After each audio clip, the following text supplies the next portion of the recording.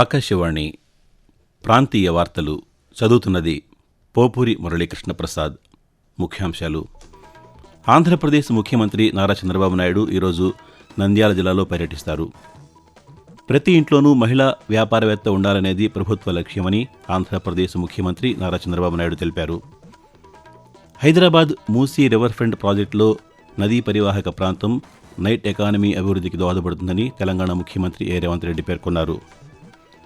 మహిళల అభివృద్ధితోనే కుటుంబం, తద్వారా రాష్ట్రం, దేశం అభివృద్ధి సాధిస్తాయని ఆంధ్రప్రదేశ్ జలవనరుల శాఖ మంత్రి నిమ్మల రామానాయుడు చెప్పారు.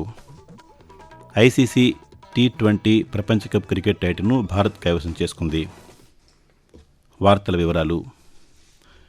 ఆంధ్రప్రదేశ్ ముఖ్యమంత్రి నారా చంద్రబాబు నాయుడు ఈరోజు నంద్యాల జిల్లాలో పర్యటిస్తారు. డోన్ నియోజకవర్గం కొత్తబురుజు గ్రామంలో రైతులకు కొత్త పట్టాదారు పాస్ పుస్తకాలను పంపిణీ చేయనున్నారు.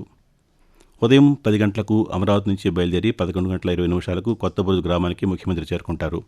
అనంతరం గ్రామ సభలో పాల్గొని రైతులకు కొత్త పట్టాదారు పాస్ పుస్తకాలను అందజేస్తారు. అదేవిధంగా ప్రజావేదిక సభలో పాల్గొంటారు. మధ్యాహ్నం స్థానిక రైతులతో ముఖ్యమంత్రి ముచ్చటిస్తారు. అనంతరం తెలుగుదేశం పార్టీ కార్యకర్తలతో నిర్వహించే సమీక్షా సమావేశంలో పాల్గొంటారు. సాయంత్రం అక్కడి నుంచి అమరావతి చేరుకుంటారు.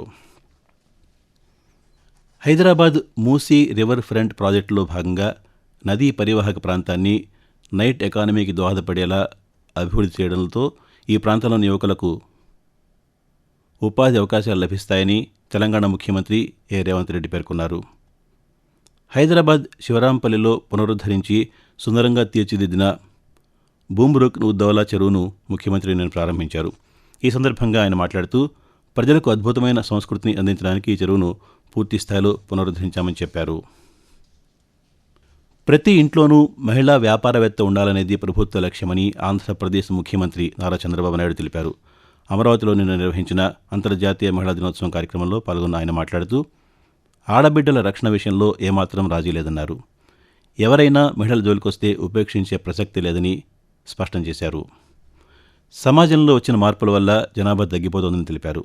జనాభా తగ్గితే అనేక ప్రమాదాలు వస్తాయని వెల్లడించారు.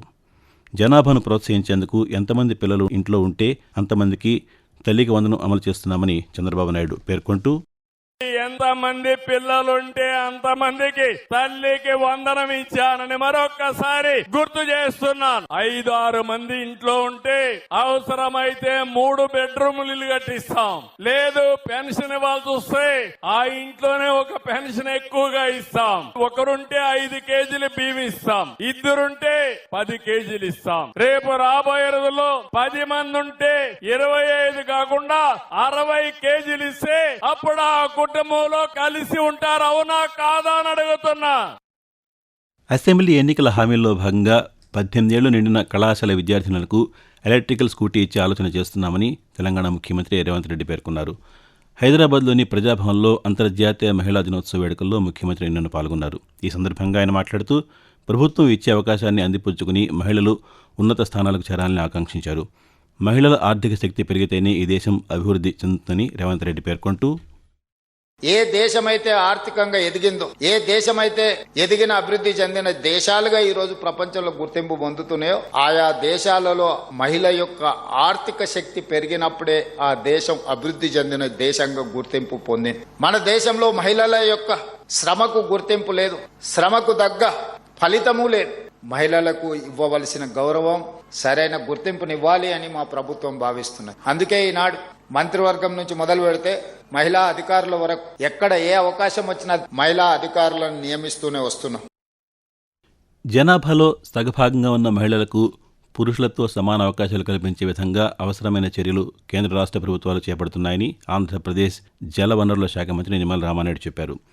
పశ్చిమ గోదావరి జిల్లా పాలకొల్లులో అంతర్జాతీయ మహిళా దినోత్సవం సందర్భంగా వివిధ రంగాల్లో విశేష కృషి చేసిన మహిళలను నిన్న మంత్రి సన్మానించారు. ఈ సందర్భంగా జరిగిన సభలో ఆయన మాట్లాడుతూ మహిళల అభివృద్ధితోనే కుటుంబం, తద్వారా రాష్ట్రం, దేశం అభివృద్ధి సాధిస్తాయని పేర్కొన్నారు. ఆకాశవాణి ప్రాంతీయ వార్తలు వింటున్నారు. ఐసీసీ T20 ప్రపంచ కప్ క్రికెట్ టైటిల్ను భారత్ జట్టు సాధించింది.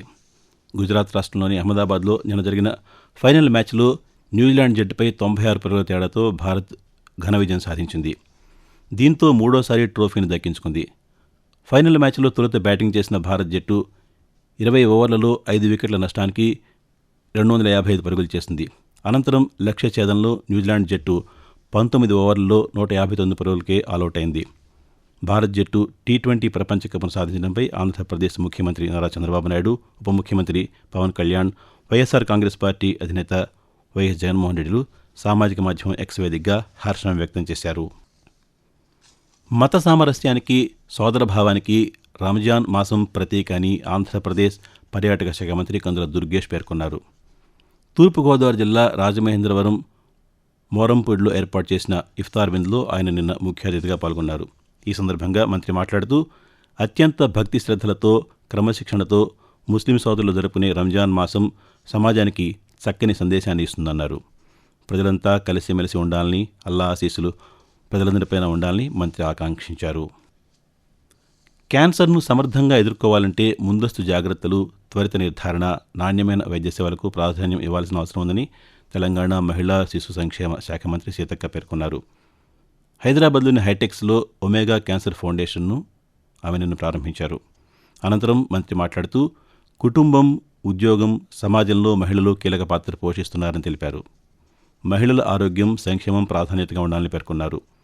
వ్యాధి వచ్చిన తర్వాత చికిత్స కంటే ముందస్తు జాగ్రత్తలు తీసుకోవడం మంచిదని, క్రమం తప్పకుండా ఆరోగ్య పరీక్షలు చేయించుకోవాలని మంత్రి సూచించారు.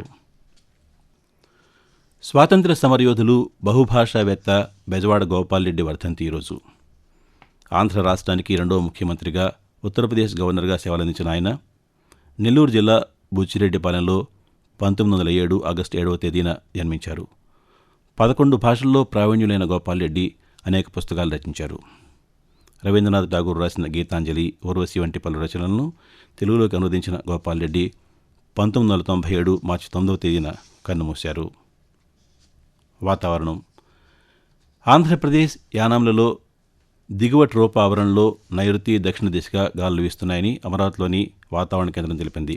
దీని ఫలితంగా ఉత్తర కోస్తా ఆంధ్రప్రదేశ్, యానాంలలో తేలికపాటి నుంచి ఒక మోస్తరు వర్షం లేక ఉరుములతో కూడిన జల్లులు 1-2 చోట్ల కురిసే అవకాశం ఉందని వాతావరణ కేంద్ర అధికారి ఎన్ నారాయణ పేర్కొంటూ, ఉత్తర కోస్తా ఆంధ్రప్రదేశ్, యానం ఈరోజు తేలికపాటి నుండి ఒక మోస్తారు వర్షం లేదా ఉరుములతో కూడిన జల్లులు 1 లేదా 2 చోట్ల కురిసే అవకాశం ఉంది. ఇక దక్షిణ కోస్తా ఆంధ్రప్రదేశ్లో ఈరోజు పొడి వాతావరణం ఏర్పడే అవకాశం ఉంది. వేడి, తేమ మరియు అసౌకర్యమైన వాతావరణం ఏర్పడే అవకాశం ఉంది. మరియు రాయలసీమలో ఈరోజు పొడి వాతావరణం ఏర్పడే అవకాశం ఉంది. తెలంగాణలో రానున్న 5 రోజులు పొడి వాతావరణం ఏర్పడే అవకాశం ఉందని హైదరాబాద్లోని వాతావరణ కేంద్రం తెలిపింది. రాబోయే 2 రోజుల్లో కొన్ని ప్రాంతాల్లో గరిష్ట ఉష్ణోగ్రతలు సాధారణం కంటే 2 నుంచి 3 డిగ్రీలు అధికంగా నమోదయ్యే అవకాశం ఉందని పేర్కొంది. మహిళల సమస్యలను స్వయంగా తెలుసుకుని పరిష్కరించేందుకు ఆంధ్రప్రదేశ్ మహిళా కమిషన్ చైర్పర్సన్ రాయపాటి శైలజ ఆధ్వర్యంలో మహిళా జన సున్వాయి పేరుతో ప్రత్యేక డ్రైవ్ను ఈరోజు నిర్వహిస్తున్నట్టు మహిళా కమిషన్ పేర్కొంది. జాతీయ మహిళా కమిషన్ ఆదేశాల మేరకు నెల్లూరు జిల్లా కేంద్రంలో ఈ కార్యక్రమం నిర్వహించనున్నట్టు ఒక ప్రకటనలో పేర్కొంది. నెల్లూరు నగరంలోని జిల్లా పరిషత్ సమావేశ మందిరంలో ఉదయం 10 గంటల నుంచి సాయంత్రం 5 గంటల వరకు నిర్వహించనున్నట్టు వెల్లడించింది. ఆకాశవాణి ప్రాంతీయ వార్తలు ముగించే ముందు ముఖ్యాంశాలు మరోసారి. ఆంధ్రప్రదేశ్ ముఖ్యమంత్రి నారా చంద్రబాబు నాయుడు ఈరోజు నంద్యాల జిల్లాలో పర్యటిస్తారు. ప్రతి ఇంట్లోనూ మహిళా వ్యాపారవేత్త ఉండాలనేది ప్రభుత్వ లక్ష్యమని ఆంధ్రప్రదేశ్ ముఖ్యమంత్రి నారా చంద్రబాబు నాయుడు తెలిపారు.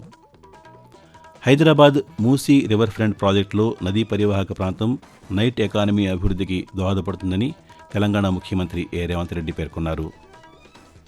మహిళల అభివృద్ధితోనే కుటుంబం, తద్వారా రాష్ట్రం, దేశం అభివృద్ధి సాధిస్తాయని ఆంధ్రప్రదేశ్ జలవనరుల శాఖ మంత్రి నిమ్మల రామానాయుడు చెప్పారు. ఐసీసీ టీ20 ప్రపంచ కప్ క్రికెట్ టైటిల్ను భారత్ కైవసం చేసుకుంది. ఆకాశవాణి ప్రాంతీయ వార్తలు ఇంతటితో సమాప్తం.